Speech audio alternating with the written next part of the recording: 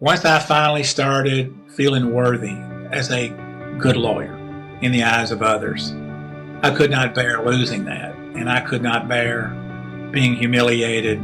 I was prepared to kill myself if I ever perceived a threat to my reputation as a good lawyer, which was exclusively the basis of my self-worth as a human being. I was locked on killing myself. I'd had built-in contingencies, did not want to survive, and I bought the gun. I went home. My wife was out of town. I wrote a note to her. I put all of my will and my state documents on the kitchen counter. I didn't want to kill myself at home and have her find me like that. I went to a cemetery where my grandparents are buried and my sister. I wanted to kill myself in a cemetery where nobody was around. I put the gun next to the side of my head and I pulled the trigger. Yeah. And the hammer of the gun hit the bullet, but the bullet didn't fire. And I was stunned. I was flabbergasted. I was supposed to be dead, but I wasn't dead.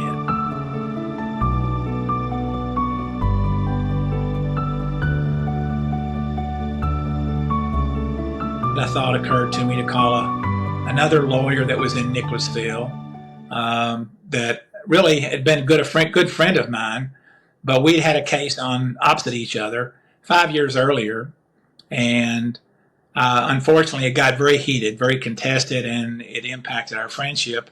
And I had not talked to him in 5 years at all, on the phone or in any form of communication. But for some reason I thought, call him. His name is Bruce Smith. He's a lawyer. And so I called him. I didn't even think he would answer the phone. It was about 7 o'clock at night. But he answered, and I said, hey, can you talk? I didn't tell him I was down there to kill myself or that I had a gun. I made up some stupid lie. I'm a horrible liar anyway, but I said my wife and I had an argument, and I took an Uber 15 miles to the cemetery to meditate. And now I can tell you, no reasonable person meditates in the cemetery at 20 degrees at dark. Yeah. But that was the lie I took, and he said, well, I'll come and get you. So he did, and we went to a bar. We talked for a couple of hours. We actually healed our friendship, and all the while I'm sitting there in that bar with this loaded gun in my pocket, minus one bullet. And I'm thinking to myself while we're talking, and we're actually, healing our friendship. I didn't tell him I had a gun or that I was down there to kill myself. But I would think to myself while I was talking to him, are you still going to do this? Are you going to? And I got to. I mean, there's no choice for the reason that I've mentioned before. I've hurt a client. I've humiliated myself. I've ruined my career and hurt my family. So it got to be about 11 o'clock at night, and I asked him to take me back to the gas station across from the cemetery where he'd pick me up, and he agreed to do it. And I got ready to get out of the car, and he grabbed me. He said, where are you going? I said, I'm going to get the Uber. I said, go ahead. He said, no, I'll wait. I said, man, it's 11 o'clock. Go on home. I'm fine. The Uber will be here, and I'll be good. Of course, there wasn't going to be any Uber coming. I was going to go back to the cemetery and finish what I came to do. I was still on a mission. I was locked on.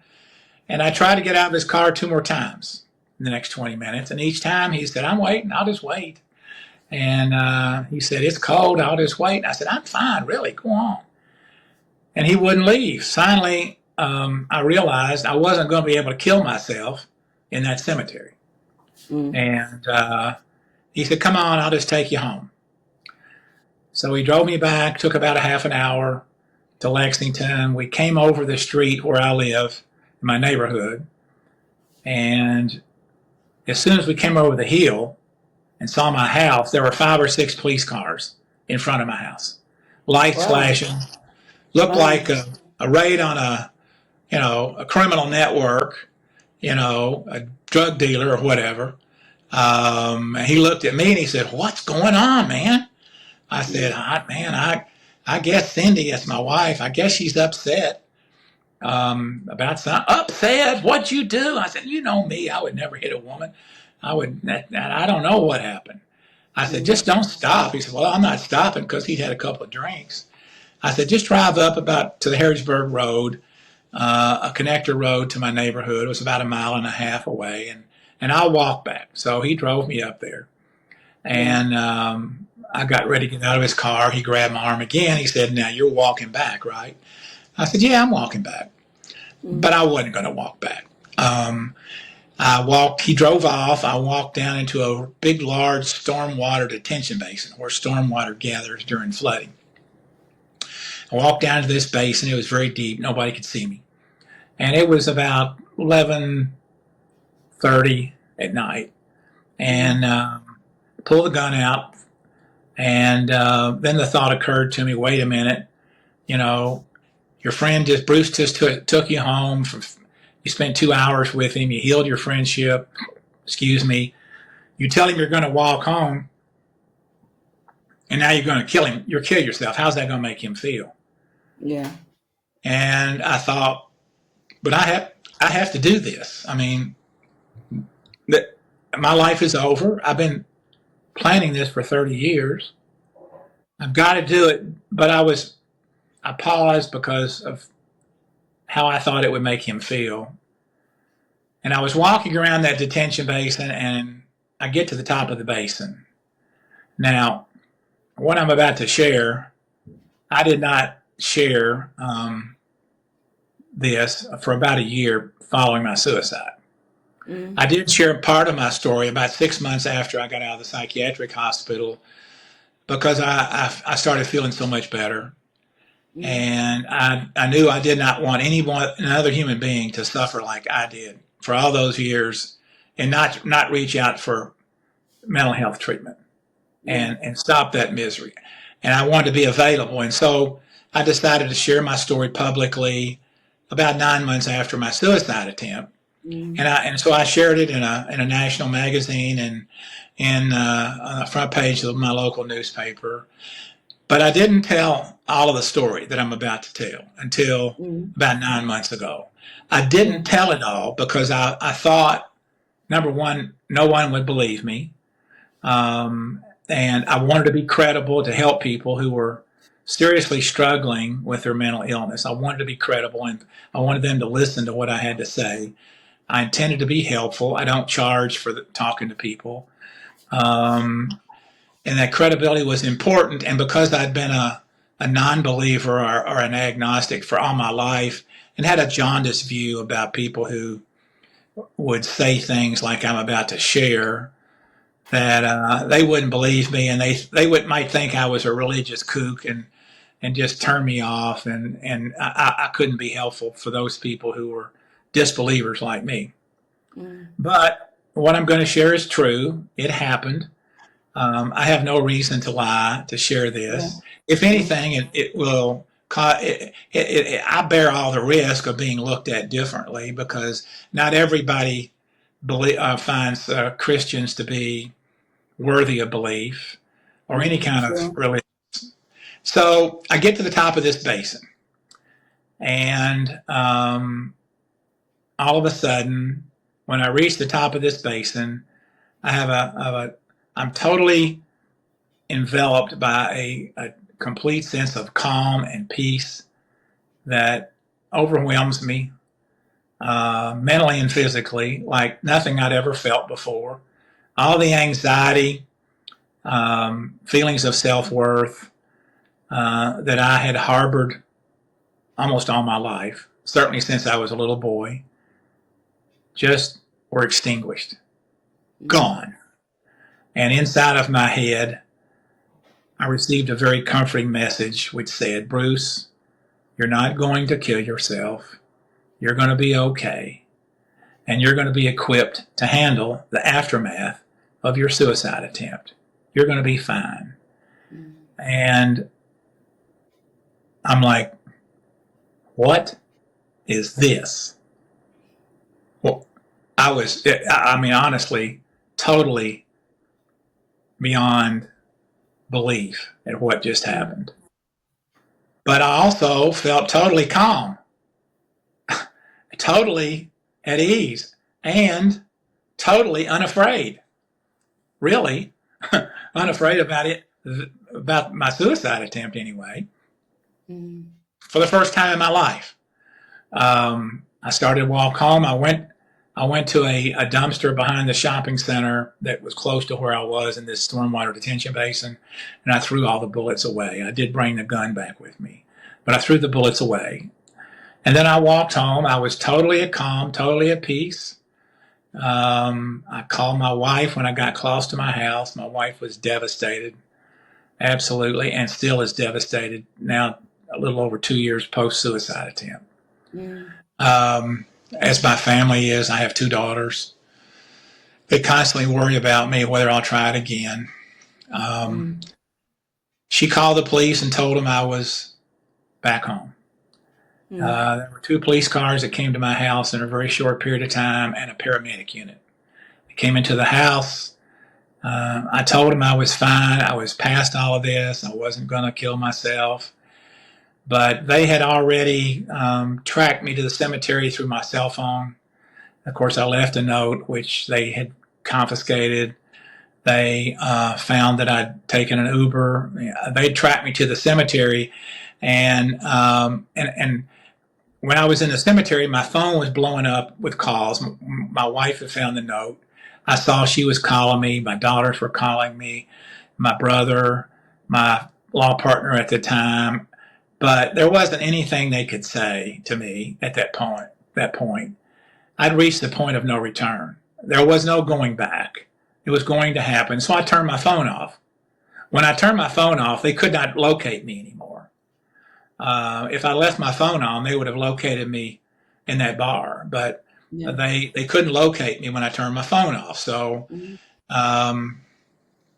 anyway, the cop said, well, I know that's what you're saying now, but you wrote a note. We know you've got a gun. We saw you got an Uber.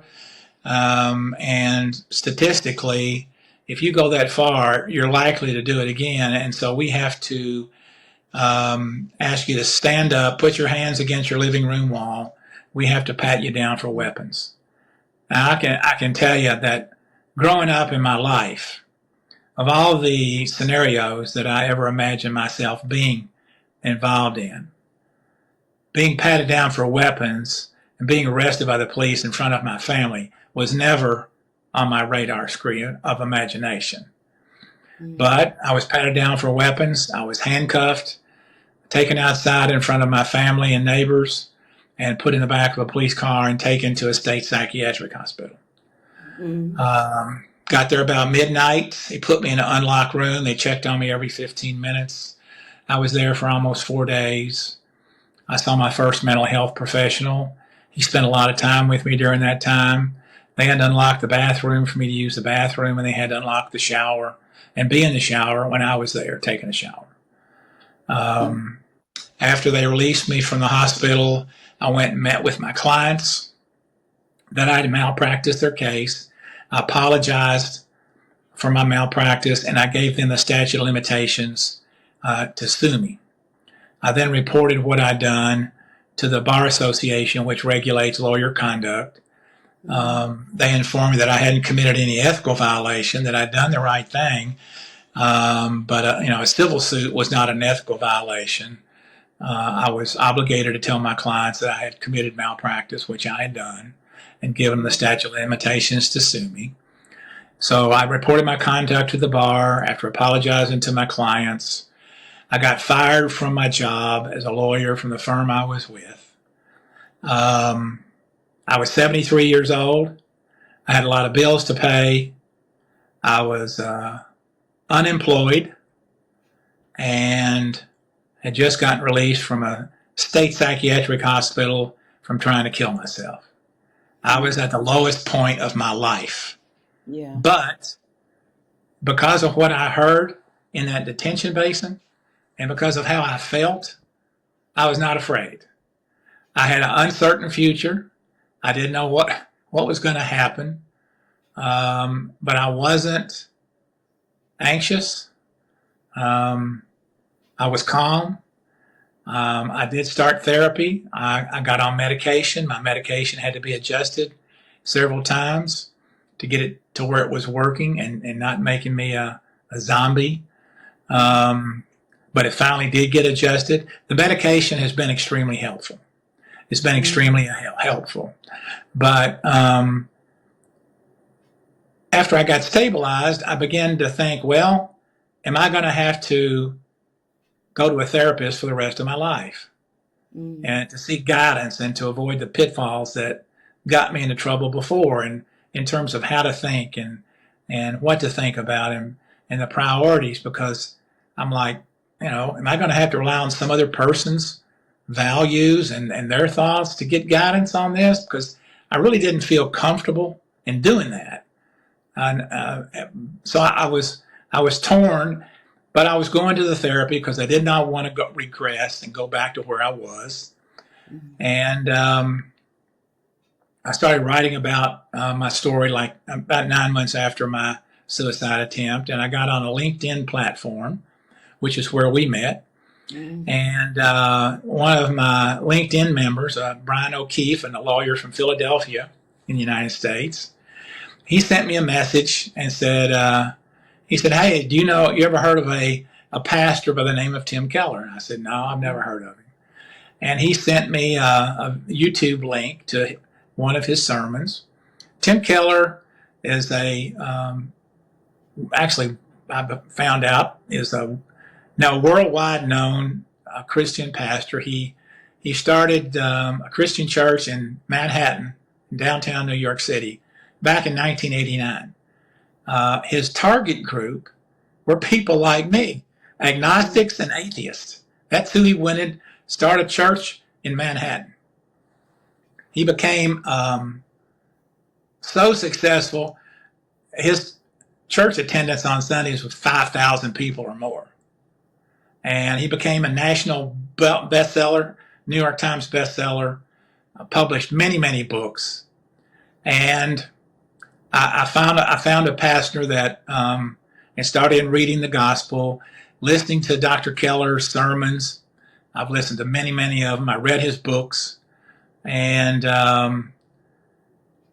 he helped me understand the gospel's message and helped me understand what had been going on in my life, that I'd been worshiping the recognition from other people all of my life to feel worthy.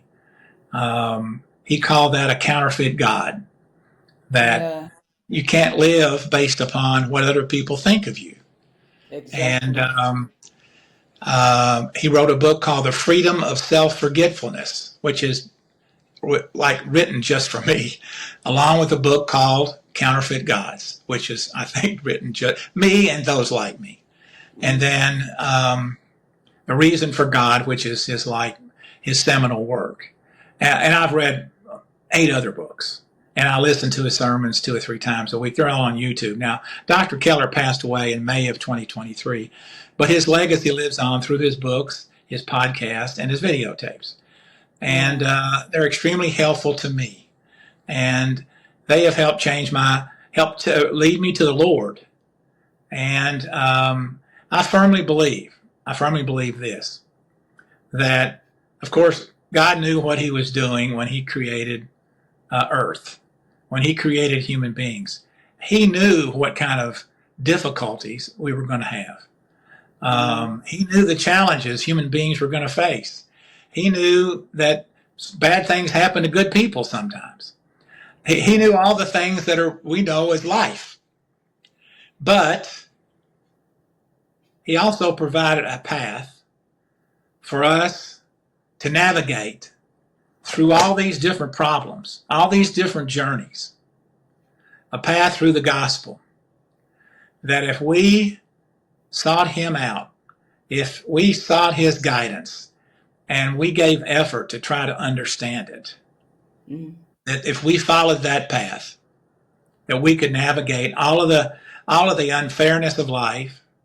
Some people get treated more unfairly than others.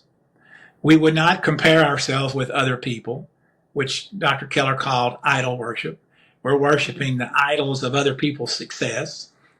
And if we focused in on the gospel's message, which those core values that are that underpin the gospel of caring for one another above self, of selflessness, of being attentive to the least of our fellow human beings.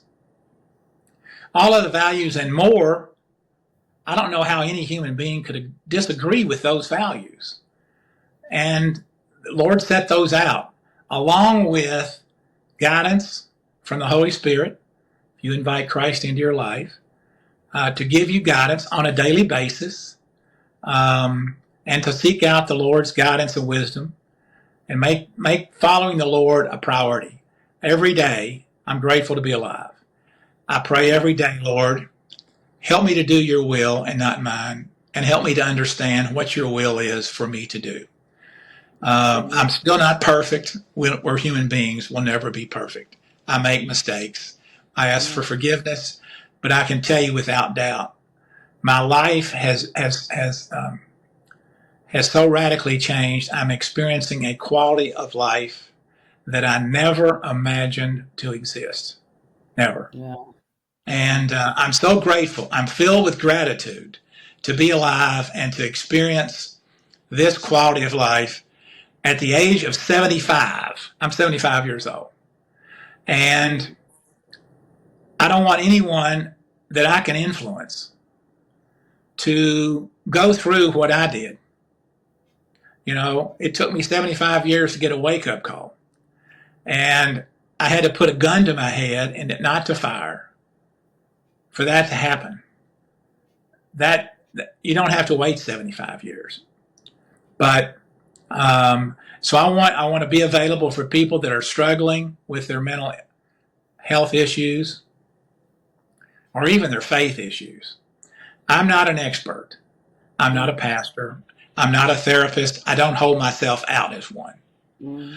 I put my information, on social media and speak about it in public forums for one reason.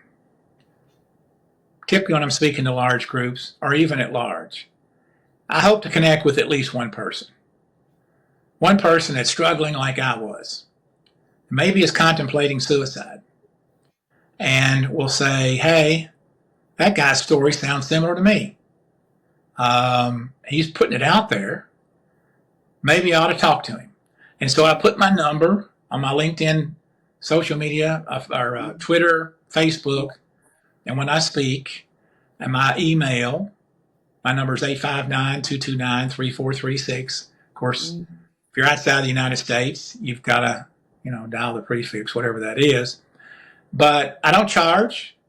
And I tell folks, look, I don't have any magic elixir. I don't have any magic anything. I'm just me. I have been to a place that is the darkest, most forbidding place any human being can go. And I do not want you going there. There's no need to go there. Yeah. And so if you're in doubt about being able to be helped, that you don't think it's possible, I don't know anyone could have been more disbelieving about that than me for most of my life. 3/4 of a century. And I was wrong. And I want to share that for whatever it's worth. I don't hold out any delusions of grandeur. I'm just me. I'm here to listen. I do a lot of listening. And offer up encouragement. And people have called. They've called from all over the United States. I've gotten calls from South Africa, Saudi Arabia, England, Ireland, Australia. I welcome those calls only because I do think there is a value in peer-to-peer conversations among people who've experienced similar anguish. I think people that have similar anguish are more likely to pay attention to each other, maybe more so than a professional who hasn't felt that same pain. At least I believe that. And from what I've read, adult peer support, special support is very helpful. and most of the treating psychiatrists and therapists that I have read and talked to also agree that peer-to-peer support is helpful. So, as I say, I'm filled with gratitude, and I know I should be dead, or I should not be talking to you, but I'm functioning better with treatment and my evolving faith in the Lord, which I give top billing to.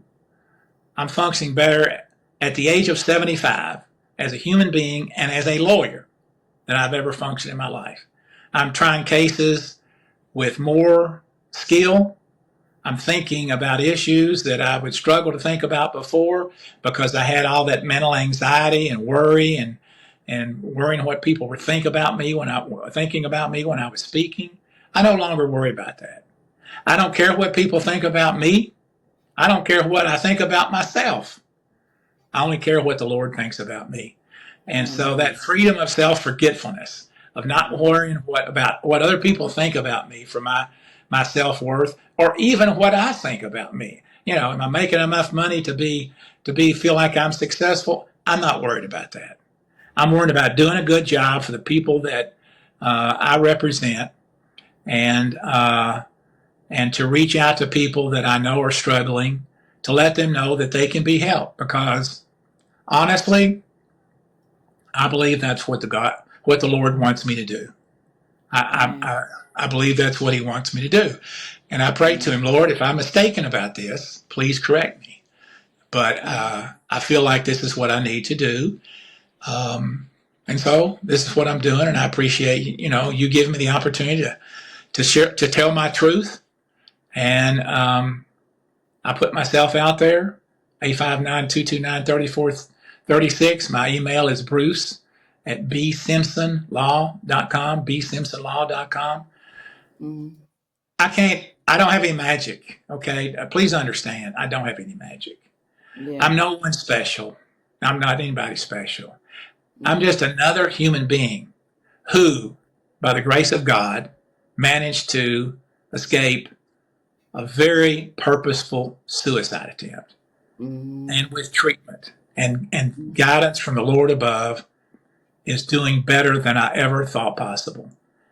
And I know this same help can be made available to you. Now, I recognize everybody's got different degrees of mental illness and different problems, physical and mental. So everybody's different. Outcomes will be different. But I do believe, in my mind and in my heart, that with mental health treatment and guidance from God, you can have a much better quality of life than languishing in misery like I did for 3/4 of a century. I believe that. Yeah. Wow, what an amazing story, and what an amazing human being you are. This is really profound. Your story will go a long way to I can say, heal somebody, because a lot of people are walking about with mental illness. A lot of people are having suicidal thoughts. A lot of people have so many things pent up in them, but they fear to come out and speak. And when people see you speak the way you speak and give your experience, you're going to encourage so many people to come out and speak. And our quest is to open up the space so that people can be able to speak about such issues and heal the community, heal the land. So I would say I cannot add anything to what you have said. I can just say I thank God to have met you, and I thank God for this very profound conversation that we have had. And I pray that the Lord will continue giving you strength to help many more people, because I know the world is hurting and we need people like you. So thank you very much for having agreed to do this. Yes, and may the Lord bless you. Thank you very much. I appreciate your prayers. I really do.